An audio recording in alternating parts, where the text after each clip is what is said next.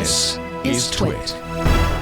This week in WordPress, we have, once again, more than 5 million WordPress sites in critical danger thanks to their use of a popular plugin called Contact Form 7, which looks to be a nice outfit. As I dug into this a little bit, I was impressed by what I saw from Contact Form 7. If nothing else, they are being responsible. In this case, the trouble arises from a lack of sufficient file name sanitization in the plugin's file upload filter. This allows a file of the form, anything, xyz.php tab.jpg to be seen by the upload filter as a benign JPEG image file. What could possibly go wrong? Whereas it will be seen by the PHP interpreter as a valid PHP script. The trick being to use a so-called double extension, .php tab.jpg, and different components of the system parse that double extension file name differently, which, therein causes the problem. In this case, the flaw has a CVE designation of 2020, 35,489. Yes, we've got your CVEs. Get them right here. 35,489. And Astra Security, during a security audit for a client whose WordPress site was using the Contact Form 7 plugin, is where this was found. A representative from Astra Security said, seeing the criticality of the vulnerability and the number of WordPress websites, more than 5 million, using this popular plugin, we quickly reported the vulnerability. The developer was even quicker in issuing a fix. As I said, impressed by Contact Form 7, whose domain is contactform7.com. They didn't even bury this down in some obscure URL. If you go to contactform7.com, right at the top of the homepage, it says Contact Form 7 5.3.2 has been released. This is an urgent security and maintenance release. We strongly encourage you to update to it immediately. And they said an unrestricted file upload vulnerability has been found in Contact Form 7 5.3.1 and older versions.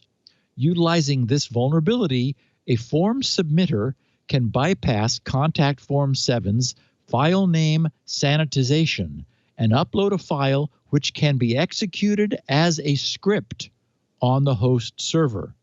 So props to them for stepping right up and alerting everyone.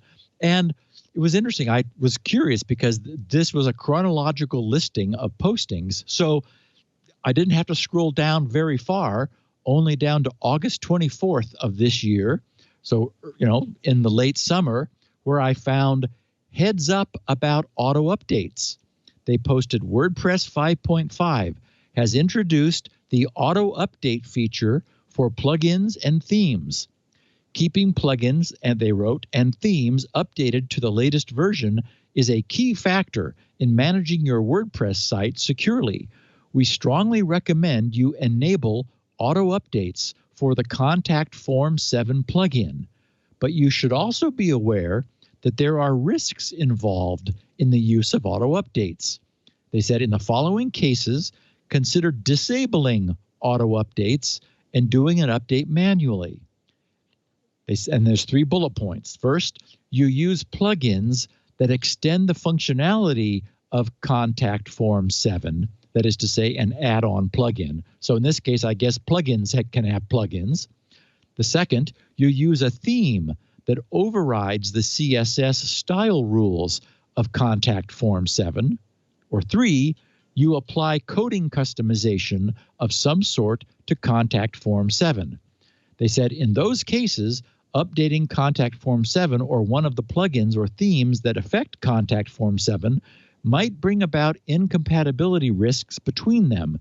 And if you do it automatically, you might not even realize problems are occurring on the site. They said managing your site's security is your responsibility. Update your plugins and themes in a proper way.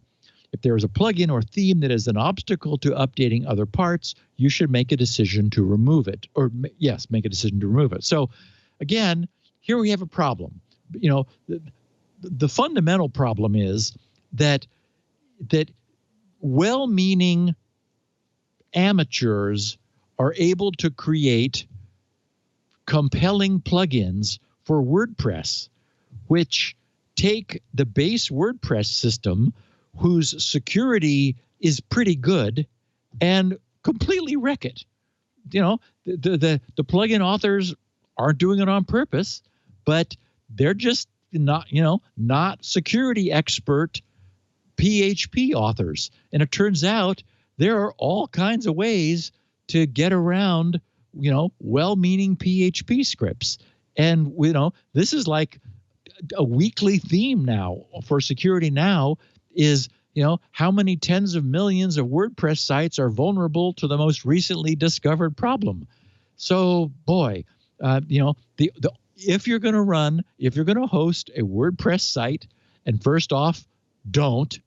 But if you want to, the only way to do it is to really sequester a machine. Maybe make it a VM if you don't have lots of hardware.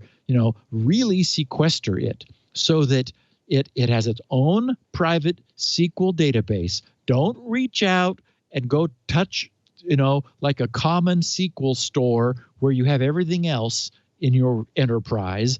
Give it its own local SQL, SQL instance on that virtual machine, and firmly firewall it so that it only has access to send and receive web, email, and DNS traffic, and do your best to just, really firewall and sandbox that thing, because, all the evidence. Oh, and don't install plugins. If you're going to in any way resist the temptation from like, oh, this looks great, whoa, just really try not to.